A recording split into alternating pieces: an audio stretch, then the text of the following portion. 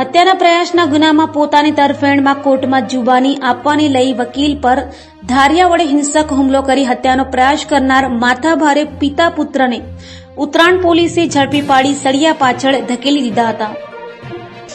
Uttarayan police પાસેથી મળતી માહિતી મુજબ ઓલપાડના કઠોર ગામની શિવમ પાર્ક સોસાયટી નજીક સપન બંગલોઝમાં રહેતા વૃદ્ધ વકીલ ખુશાલભાઈ રણછોડ સોલંકીના વકીલ પુત્ર સૌરભ સોલંકી કઠોર નજીક આવેલ કામરેજ ટોલ નાકા પાસે માનસરોવર એપાર્ટમેન્ટમાં રહે છે.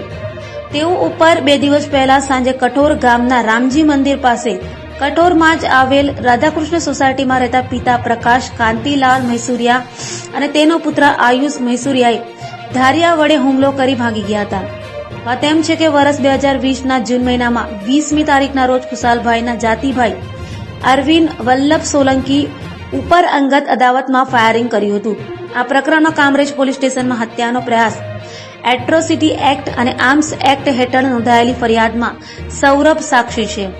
હાલ આ કેસમાં પ્રકાશ જામીન મુક્ત છે, પરંતુ કોર્ટમાં પુરાવા ઉપર ચાલી રહેલા કેસમાં પ્રકાશ છેલ્લા કેટલાક સમયથી સાક્ષીમાંથી ખસી જઈ પોતાનું ફેવરમાં સાહેદી આપવા માટે સૌરભને ધમકી આપતો હતો અને 2 દિવસ પહેલા સાંજે હિંસક હુમલો કર્યો હતો. જે હુમલામાં માથામાં ઉપરા છાપરી 2 થી 3 ઘા ઉપરાંત કાન, કપાળ અને બંને હાથ સહિતના ભાગે ઘા મારતા સૌરભને ગંભીર ઈજા થઈ હતી અને હાલ કાપોદ્રા વિસ્તારની હોસ્પિટલમાં સારવાર હેઠળ છે. તો જીવલેણ હુમલાની ઘટના બનતા ઉત્તરાયણ પોલીસે ગુનો નોંધી ઉત્તરાયણ પોલીસે પ્રકાશ અને તેના પુત્ર આયુષની ધરપકડ કરી કાયદેસરની કાર્યવાહી હાથ ધરી હતી.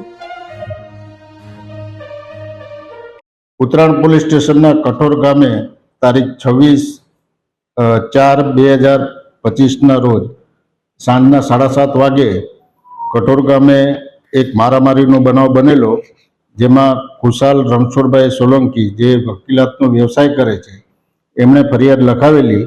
એમને આ કામના આરોપી પ્રકાશ કાંતિલાલ મહેસુરિયા અને આકાશ પ્રકાશભાઈ મહેસુરિયા કે જેઓના વિરુદ્ધમાં કામરેજ પોલીસ સ્ટેશનમાં અગાઉ ગુનો દાખલ થયેલો હોય 307નો, એની અદાવત રાખી અને સાક્ષીમાં ફરી જવા માટે દબાણ કરી ધમકીઓ આપી અદાવત રાખી એને માથાના ભાગે ધારિયાના ઘા મારી ઈજા કરેલ છે અને હાલમાં ભોગ બનનાર હોસ્પિટલાઇઝ છે.